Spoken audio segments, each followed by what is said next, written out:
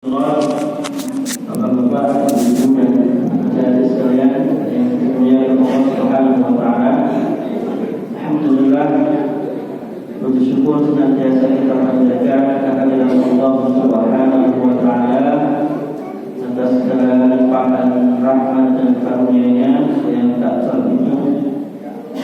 Salawat dan salam semoga selalu tercurah limpahkan kepada baginda Nabi Muhammad sallallahu alaihi wa alihi wasallam, kepada keluarga beliau, kepada para sahabat beliau, dan kepada umatnya yang senantiasa menjalankan sunnah-sunnah beliau yang baik hingga hari kiamat kelak.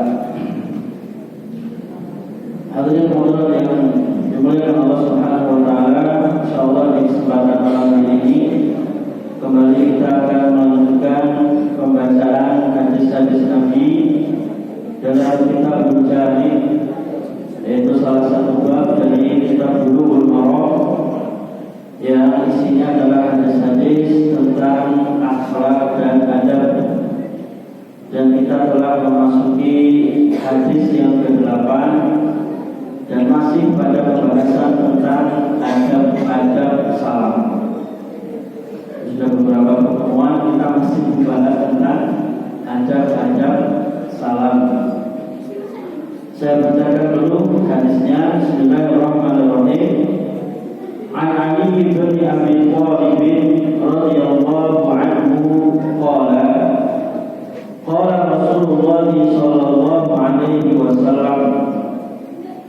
Diriwayatkan dari sahabat Ali bin Abi Thalib radhiyallahu anhu, beliau berkata, Rasulullah sallallahu alaihi wa alihi wasallam bersabda, yujzi'u 'anil jama'ati idza marru ay yusallima ahaduhum wa yujzi'u 'anil jama'ati ay yarudda ahaduhum. Hadis riwayat Ahmad dan Imam Al-Baihaqi. Artinya, cukuplah bagi sekelompok orang jika melewati sekelompok lainnya agar salah seorang dari kelompok yang lewat tersebut memberikan salam. Begitu pula sebaliknya, cukup satu orang dari kelompok yang dilewati untuk membalas salam tersebut. Hadirin hadirat yang dimuliakan Allah Subhanahu wa taala, hadis ini diriwayatkan oleh sahabat mulia, yaitu sahabat Ali bin Abi Thalib radhiyallahu anhu, dan telah kita bahas pada pertemuan yang lalu sedikit manaqib biografi dari sahabat Ali bin Abi Thalib. Sebelum kita bahas hadis ini, sedikit kami menambahkan info tentang sahabat Ali bin Abi Thalib, karena pembahasan hadis ini tidak panjang. Pembahasan hadis ini tidak terlalu panjang dan insya Allah selesai dalam satu pertemuan di malam hari ini. Beliau, sahabat Ali bin Abi Thalib, juga terkenal dengan quotes-quotesnya. Jadi kalau kita banyak melihat dan membaca quotes-quotes, itu sering kita dapati, kalau tidak quotesnya Imam Asy-Syafi'i, biasanya quotesnya sahabat Ali bin Abi Thalib. Karena Allah berikan kepada beliau ungkapan-ungkapan, cara berbicara yang lantang, perkataan yang ringkas namun maknanya mendalam. Salah satu fadilah dari Ali bin Abi Thalib, beliau ahli orasi. Jadi ketika beliau berbicara di hadapan pasukan, itu bisa betul-betul meningkatkan, mengangkat semangat dari pasukannya. Jadi tidak semua orang diberikan kemampuan seperti ini. Tidak semua orang diberikan kemampuan berbicara, menyampaikan sesuatu di hadapan khalayak ramai. Ali sahabat Ali adalah salah satu yang Allah Subhanahu wa taala anugerahkan lisan yang indah untuk kemudian menyampaikan ilmu-ilmunya. Di antara ucapan beliau yang terkenal adalah ucapan beliau tentang kehidupan dunia. Beliau berkata, "Irtahalat dunya mudbiratan." Dunia ini berjalan atau berlalu membelakangi kita. Artinya semakin lama di dunia kita semakin dijauhi oleh dunia. Semakin dekat kita dengan meninggalkan dunia ini. Hari-hari berlalu itu kita semakin ditinggalkan oleh dunia ini. Waktaharat di akhir waktu muqabilatan. Sementara akhirat itu berjalannya mendekat kepada kita, menghadap kepada kita. Artinya semakin hari semakin dekat dengan diri kita. Dunia semakin kita tinggalkan, akhirat semakin kita mendekat kepadanya. Walaupun minhuma banun, kata beliau, dan pada masing-masing keduanya, baik dunia maupun akhirat, itu memiliki banun. Banun itu artinya anak-anak, memiliki penggemar, memiliki pengikut. Ada yang menggemari dunia, ada yang menggemari akhirat. Lalu pesan beliau, kun min abna'il akhirah. Jadilah pengikut fans anak-anak dari akhirat, wala takun abna'al dunia, dan jangan jadi anak-anaknya dunia. Lalu beliau tutup kalimatnya dengan kalimat yang luar biasa. Beliau katakan, al-yawma amalun bila hisab. Hari ini kita beramal belum dihisab. Ghadan kata beliau, besok nanti di akhirat hisabun bila amal. Waktunya hitung tanpa bisa nambah amal.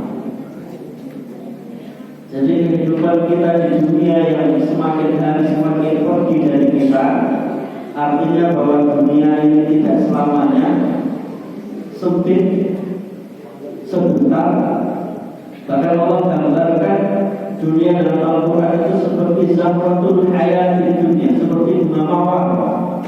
Bunga mawar itu indah, warna-warni, harum baunya, tapi tidak lama dia akan layu. Begitu dipotensi dan nanti langsung sehari dua hari lain.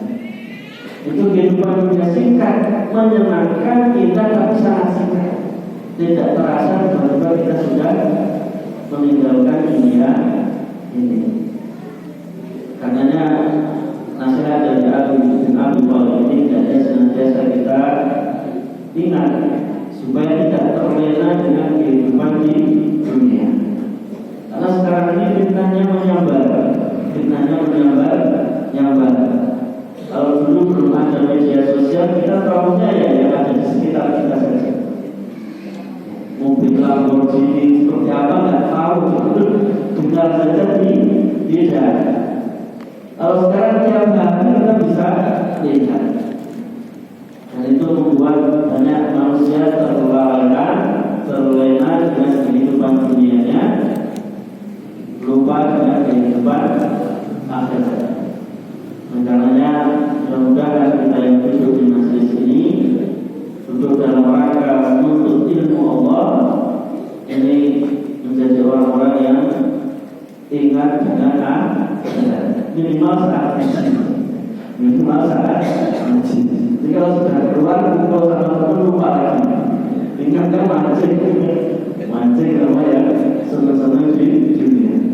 Tapi kalau kita datang ke masjid, duduk di majelis ilmu, kita kemudian ingat bahwa kehidupan di dunia ini sempitnya sebentar saja. Tahu-tahu kita sudah meninggalkan dunia ini. Itu sedikit tambahan pesan dari sahabat Ali bin Abi Thalib yang merupakan perawi dari hadis yang ke-8 dari kitab Al-Jami ini.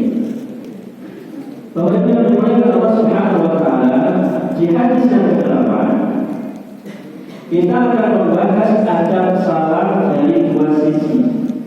Kalau di hadis yang sebelumnya kita membahas adab salam dari siapa yang memberi salam terlebih dahulu.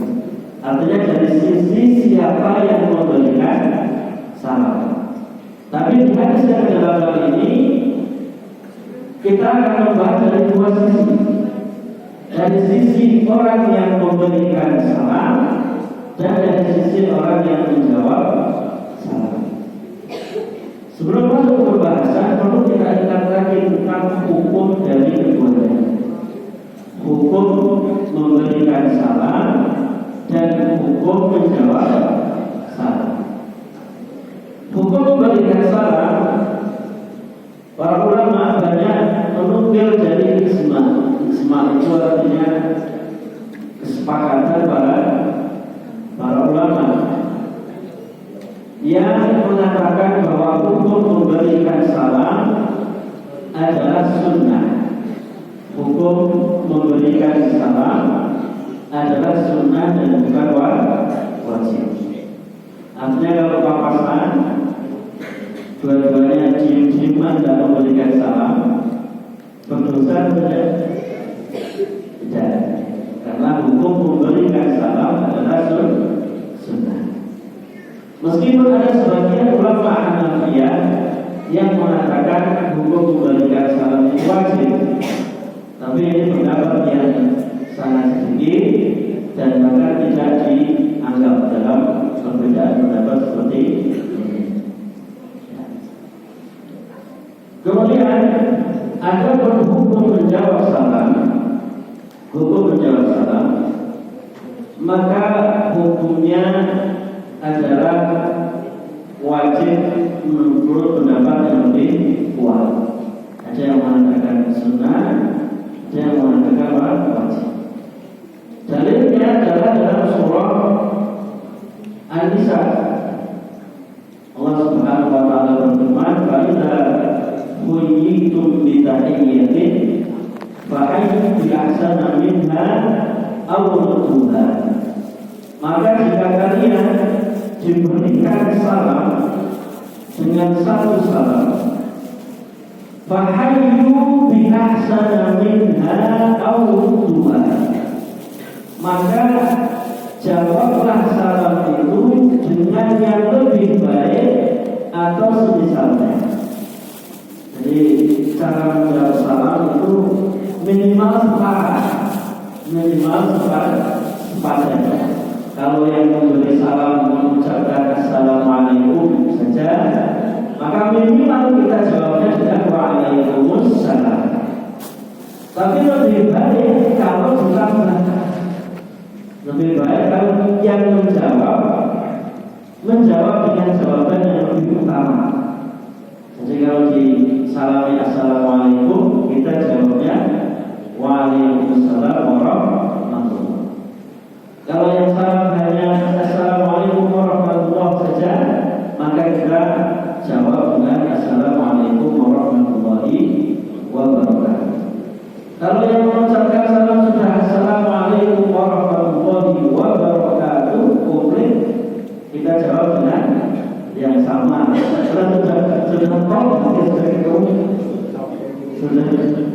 Sudah tiga, jawab juga dengan tiga. Tidak ada lebih dari itu. Kemudian di mana dalil wajibnya? Karena dalam ayat ini tidak ada kalimat wajib, tidak ada kata wajib, tidak ada kata fardu.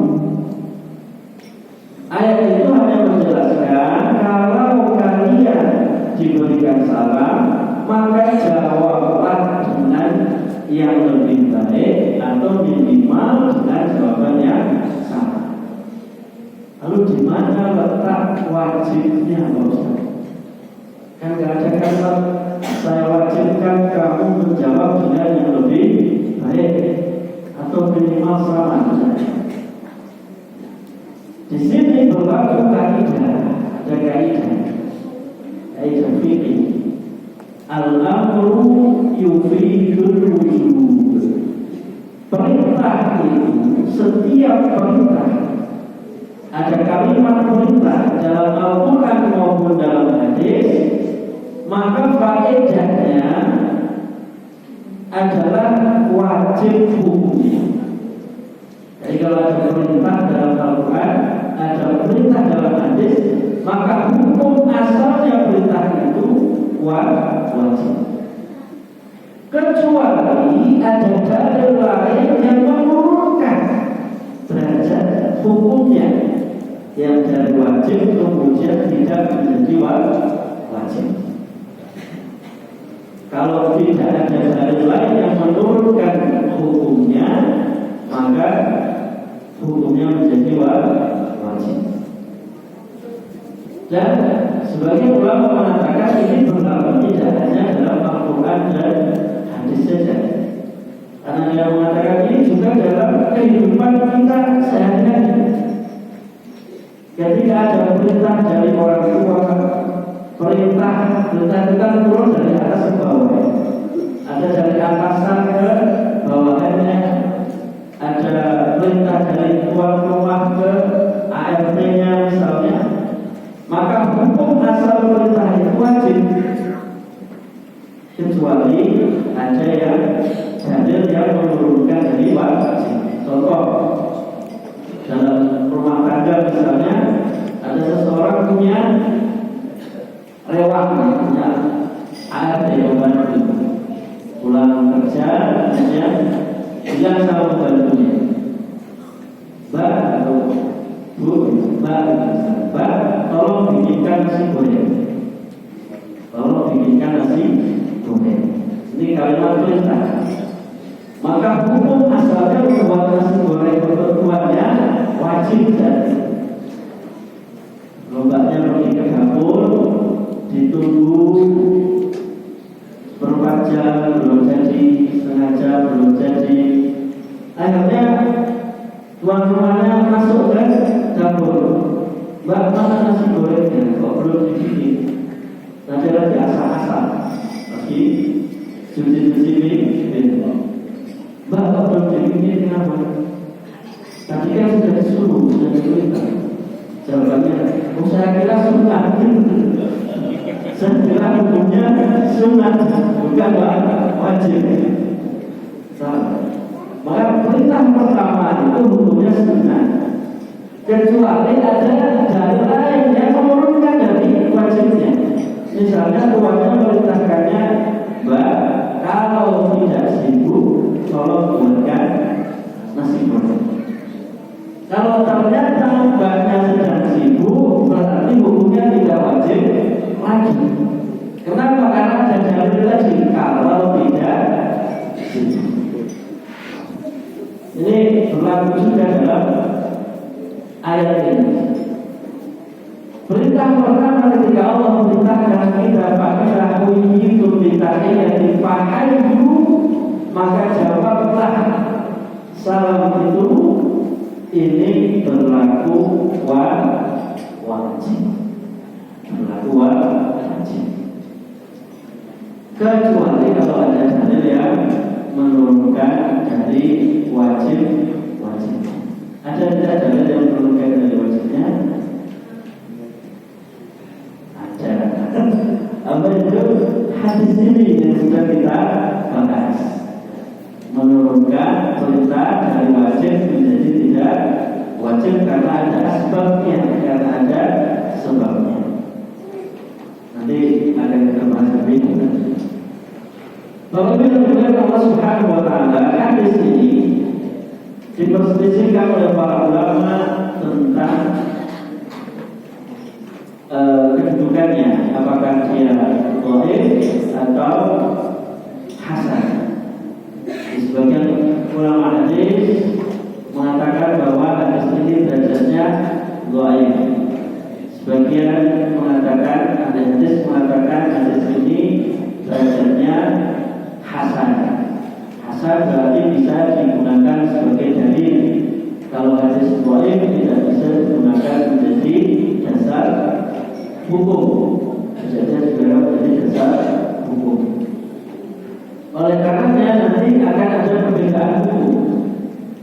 dalam praktek.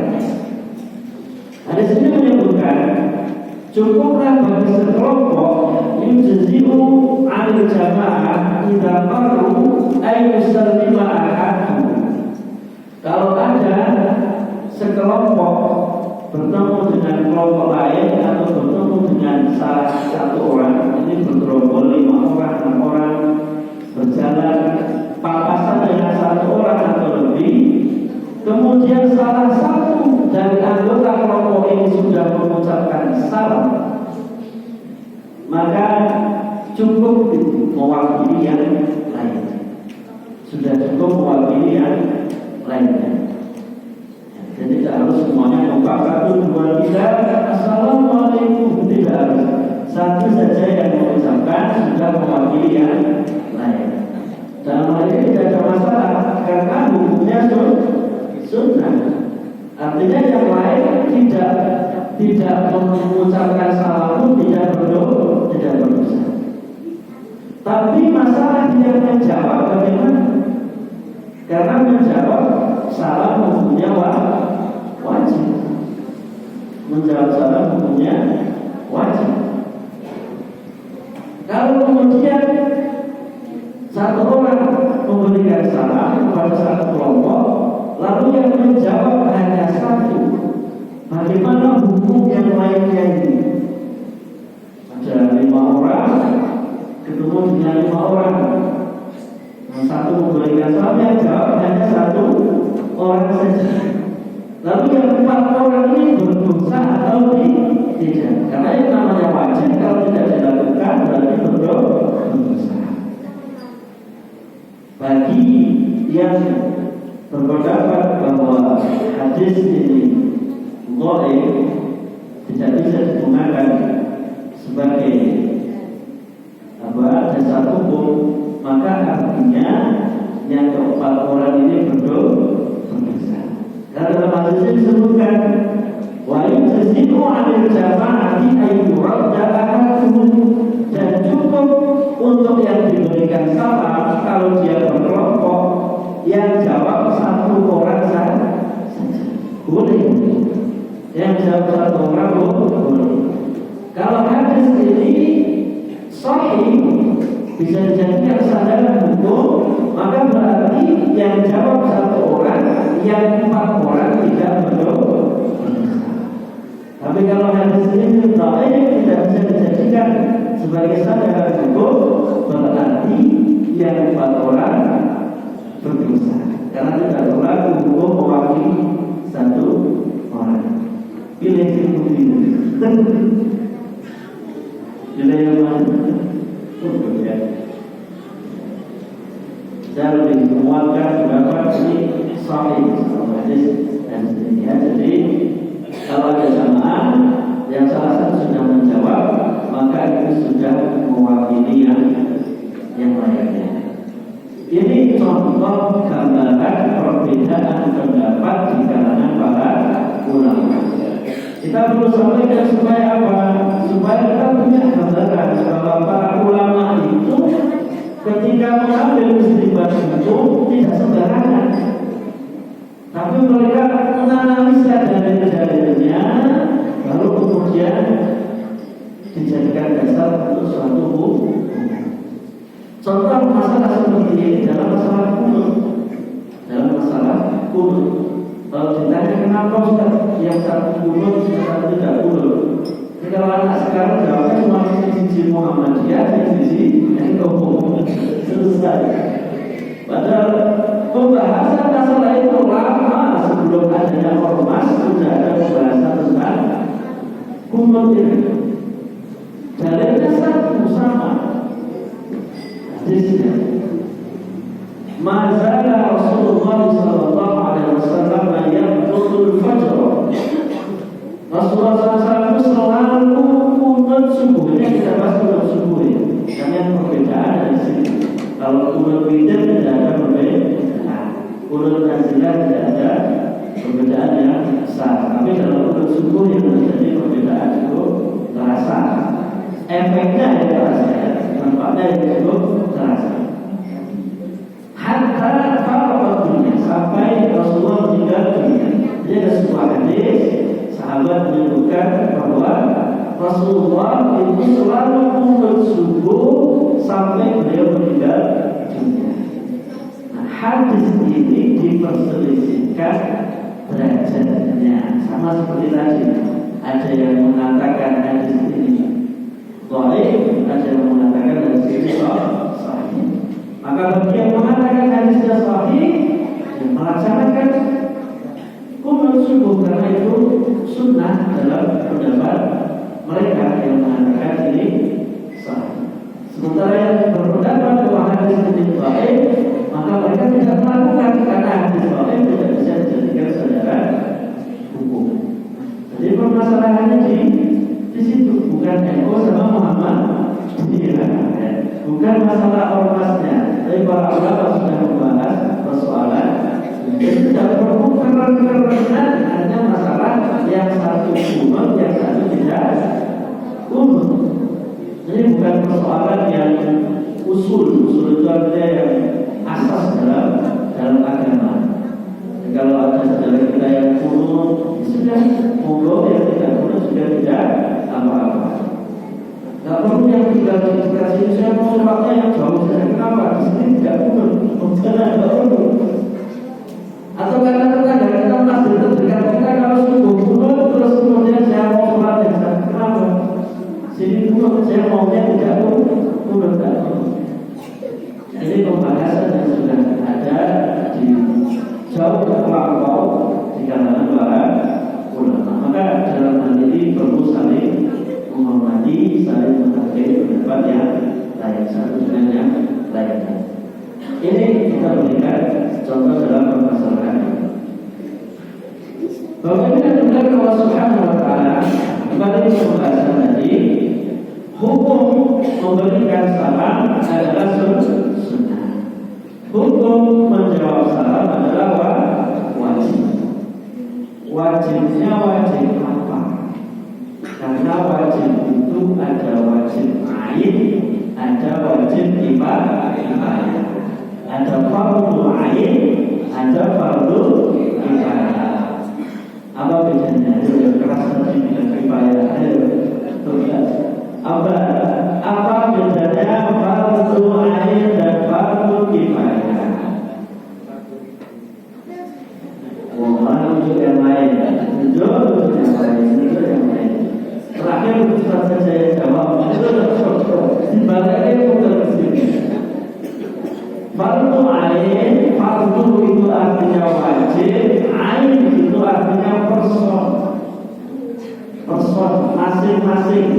Jadi kalau ada ibadah yang hukumnya fardu ain, maka setiap kaum muslimin wajib melaksanakan.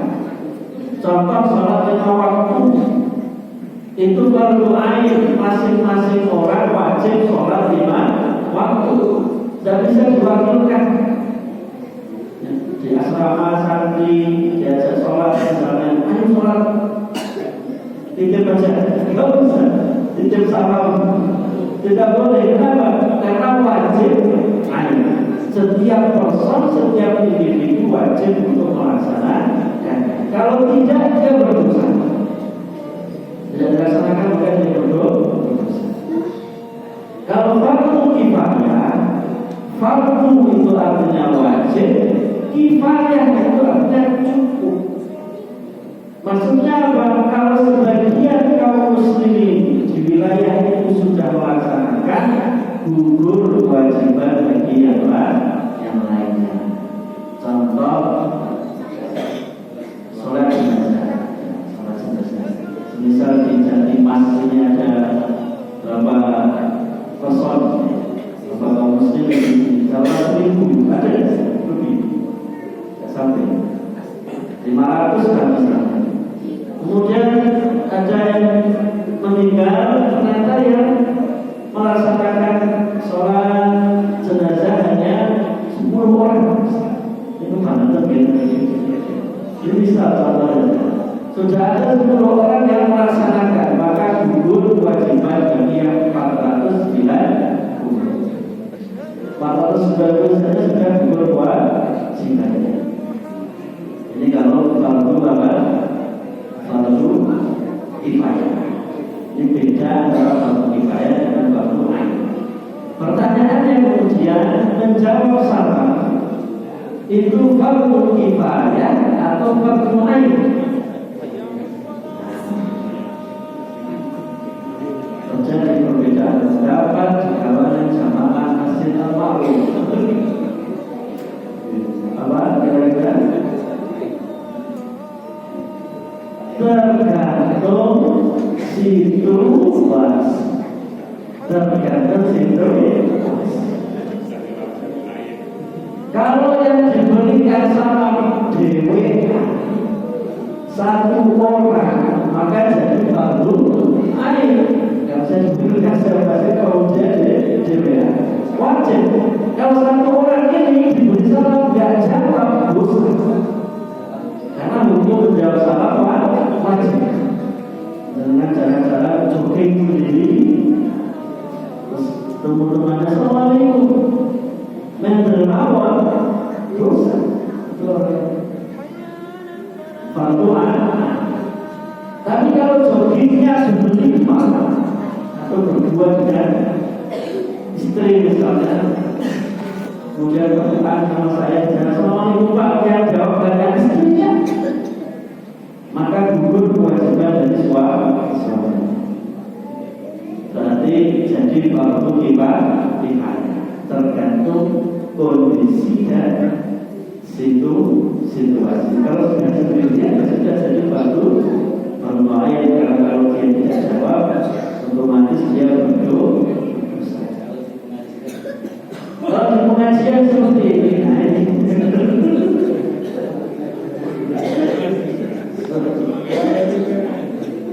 ya kalau di pengajian seperti ini bagaimana Ustaz? Kira-kira fardu ain atau fardu ibadah? Ya kalau fardu ain atau fardu kifayah? Fardu kifayah.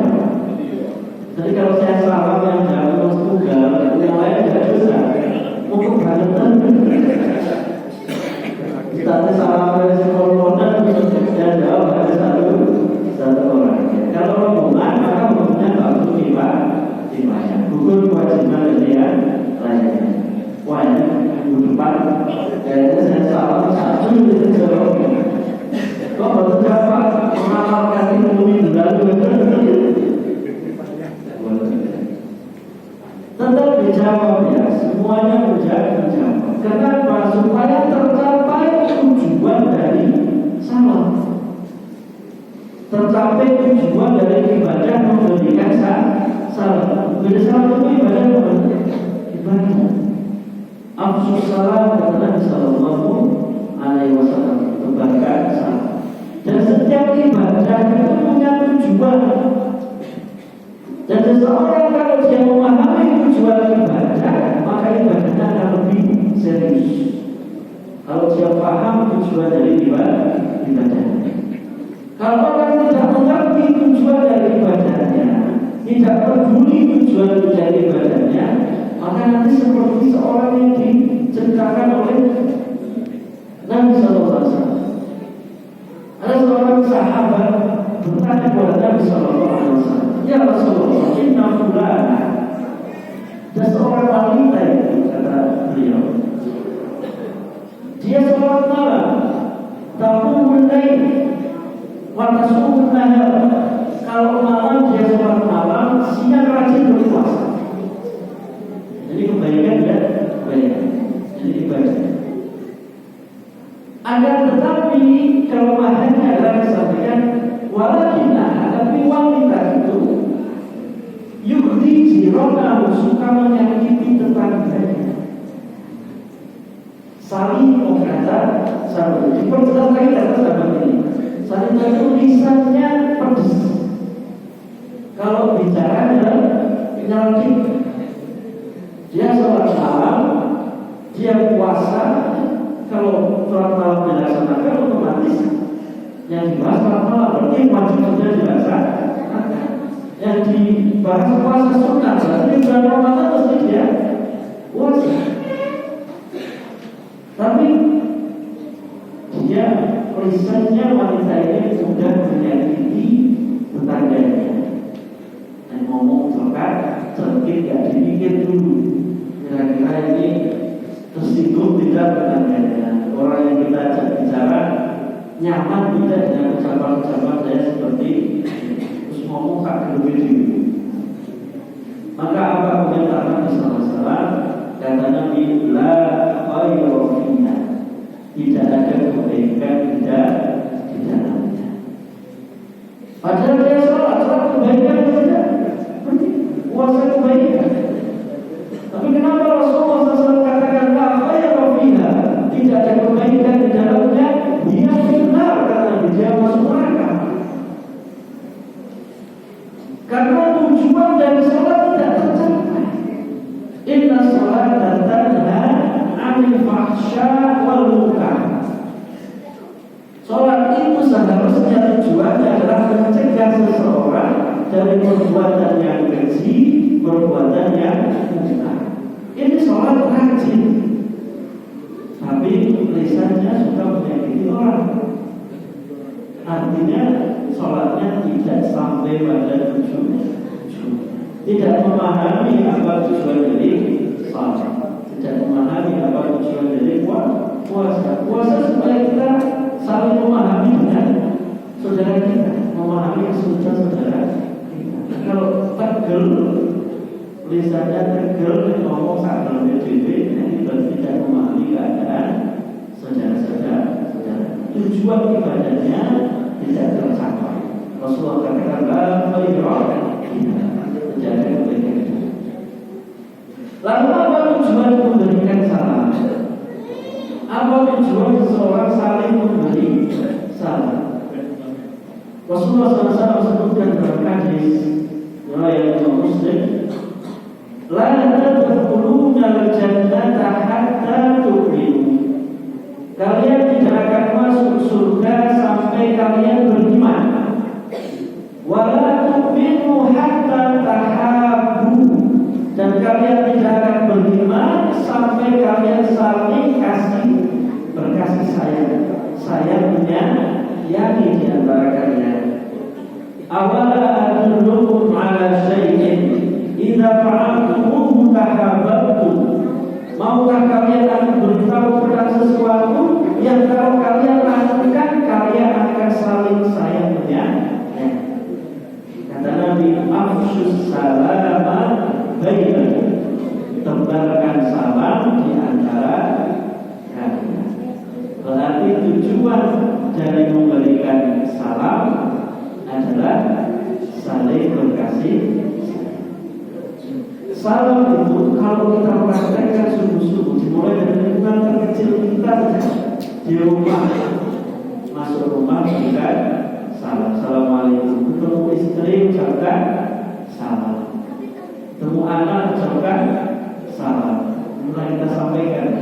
Kadang-kala kita tahu salam ini doa yang sangat baik, isinya mendoakan keselamatan, mendoakan kasih sayang Allah, mendoakan berkah umurnya, berkah hartanya, berkah badannya, berkah makanannya. Kita ketemu orang lain salam terus, sementara orang lain dekat kita tidak kita berikan doa.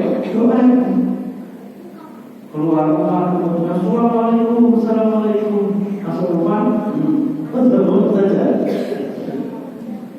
Berjumpa doakan salamnya. Seharusnya setiap bangun pagi lihat istri di sampingnya, bangunkan assalamualaikum, saling memberikan salam. Ini kalau dari komunitas terkecil dibiasakan, kemudian lingkungan di RT, lingkungan di masyarakat saling memberikan salam, insya Allah sesuai janji Allah akan tumbuh rasa kasih sayang yang lebih di antara kaum muslim. Pertanyaannya kira-kira kalau minggu depan saya salam, yang jawab cuma satu, ini menumbuhkan kasih sayang atau menunjukkan kecurigaan? Jadi wakili. Paling dalam hati ini ya masih berpikir positif, berpikir progresif. Pada saya harus gimana? Masih berpikir sedikit positif. Ini kayaknya yang lain pada sariawan, yang jawab hanya saya. Sudah dapat tugasnya. Bisa jadi sumber yang muncul. Kenapa? Apa salah saya? Apa salah daku? Kenapa daku dicuekin seperti ini? Atas sekian banyak kenapa hanya satu yang mau jawab salah saya? Sehingga tujuan dari membagikan salam, saling berkasih sayang tidak tercapai. Oleh karenanya, meskipun hukumnya fardu kifayah, tapi kita berusaha untuk tetap melaksanakan, berusaha untuk tetap menjawab salam, meskipun sebenarnya diwakili satu orang sudah cukup, supaya tercapai tujuan dari saling memberikan salam tersebut. Bapak Ibu yang dimuliakan Allah Subhanahu wa taala, adalah hadis yang ke-8 tentang adab salam dari dua sisi. Dari sisi yang memberikan salam dan sisi yang menerima salam. Kalau berrombongan bertemu, maka satu cukup mewakili. Hanya yang menjawab salam diusahakan. Kalau bisa ya berusaha menjawab salam. Karena seperti tadi, kalau ada dua rombongan ketemu, satu memberikan salam, yang jawab cuma satu, nanti muncul sumber, muncul pikiran-pikiran mungkin dari itu supaya kasih sayang betul-betul tercapai, ya, mari saling memberikan salam dan usahakan salam dengan salam yang benar. Assalamualaikum, jangan diganti dulu guys. Ini sapaan tapi apa maknanya guys? Guys dan sebagainya. Kemudian gunakan doa yang terbaik. Assalamualaikum warahmatullahi wabarakatuh. Kalau ditambah jawabnya yang memberi salam itu sudah mentok, tapi yang jawab ditambah Waalaikumsalam warahmatullahi wabarakatuh. Allahu Akbar. Semangat, semangat. Boleh nggak Ustaz? Salam itu dalam redaksi di hadis-hadis hanya sampai itu saja. Assalamualaikum warahmatullahi wabarakatuh. Ya Allah Akbar nggak masuk dalam hitungan salam. Tapi ditambahin kan biar Awas semangat. Yang terbaik apa yang diajarkan Rasulullah SAW. Sudah, kalau karena sudah Waalaikumsalam warahmatullahi wabarakatuh, jawab sampai Waalaikumsalam warahmatullahi wabarakatuh. Kalau setelah itu Pak Sanifah takbir, dah baru gerak. Allahu Akbar. Kita takbir juga. Kita semangat Allahu Akbar, tapi itu sudah bukan bagian dari sana. Cukup sampai Waalaikumsalam warahmatullahi wabarakatuh. Itu yang terbaik yang diajarkan oleh Rasulullah SAW. Demikian yang dapat kami sampaikan. Mudah-mudahan bermanfaat. Salam kita lanjutkan di pertemuan yang akan datang. Kita tutup dengan baca doa kafaratul majlis. Subhanallah wa bihamdihi, asyhadu an la ilaha illa anta, astaghfiruka wa atubu ilaik.